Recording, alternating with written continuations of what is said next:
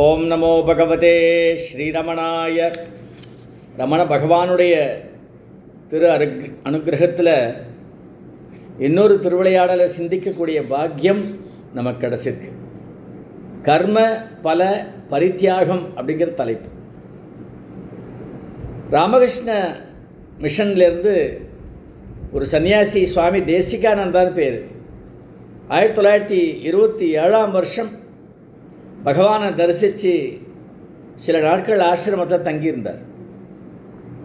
பகவானுடைய சன்னதியில் முதல் முறையாக வேறு எங்கேயுமே வாய்க்காத ஒரு தியான அனுபவம் அவருக்கு அங்கே கிடச்சிது. நீண்ட நேரம் தியானத்தில் உட்காரக்கூடிய ஒரு பாக்கியம் கிடச்சிது. மற்ற இடத்துலலாம் டப்புன்னு முடிஞ்சிடும் தியானம். அவருக்கு டிஸ்டர்பன்ஸ் வரும், அக்கம் பக்கம் பார்ப்பார், மறுபடியும் எழுந்துருவார். இந்த தியானம் சித்திக்கலை.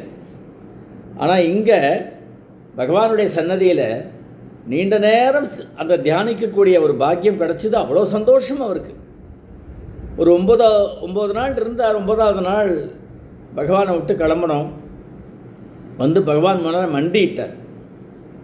பகவான் இப்படி பார்த்தார். அழுக பொத்துட்டு வந்தது அவருக்கு. காரணமின்றி கண்ணீர் வரும் அப்படின்னு இசைஞானியார் எழுதி பாடின மாதிரி பகவானை பார்த்த மார்த்தத்தில் விக்கி விக்கி விக்கி அழறார். இந்த கல்யாணம் ஆன குழந்தைகள்லாம், பெண் குழந்தைகள் அம்மாவை விட்டு புக்காம் போகும்போது, அது ஒரு காலத்தில் இப்போ அது மாதிரிலாம் இருக்கான்னு தெரியல எனக்கு, அழுகையாக வரும். இந்த குழந்தைகள் கட்டி பிடிச்சி அழும். அப்பாவை கட்டிக்கும், அம்மாவை கட்டிக்கும், தம்பி தங்கைகளை கட்டிக்கும், இல்லை அக்கா அவளை கட்டிக்கும், அண்ணனை கட்டிக்கும். பிரிஞ்சு போகணுமே. இந்த பிரிவுங்கிறது அந்த உறவுன்றது உறுதியாக இருந்தால் பிரிவுங்கிறது கஷ்டம்.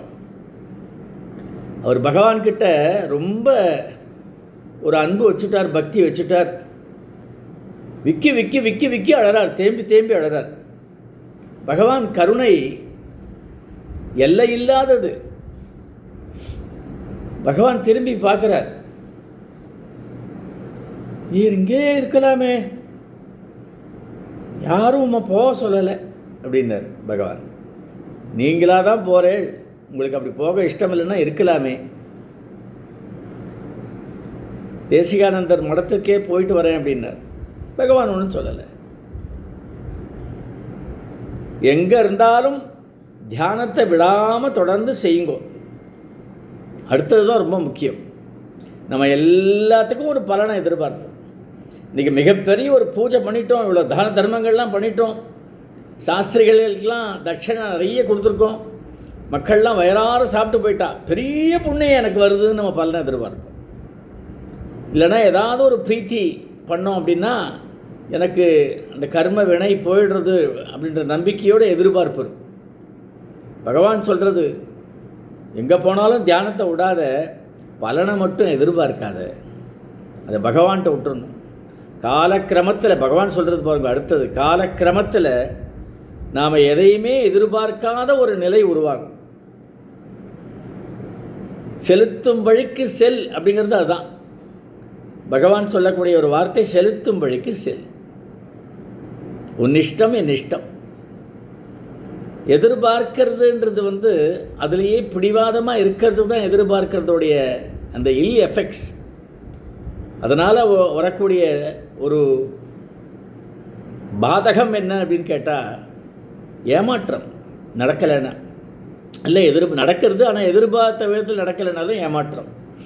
அதனால் பகவான் என்ன சொல்கிறது, நீ தியானம் செய்ய செய்ய செய்ய பகவான்கிட்ட சரணடைய இப்படி தான் நடக்கணும், இப்போ தான் நடக்கணும், அப்போ தான் நடக்கணும், இவர் மூலமாக நடக்கணும், நான் எப்படி எதிர்பார்க்கணும்னோ அந்த விதத்தில் நடக்கணும், இதெல்லாம் போயிடும். என்ன வந்தாலும் ரமணார்ப்பணம் அப்படின்னு சொல்லி எடுத்துக்கணும். அப்படி ஒரு பாவம் வந்துடும். தொடர்ந்து சிந்திப்போம். ஓம் நமோ பகவதே ஸ்ரீரமணாய.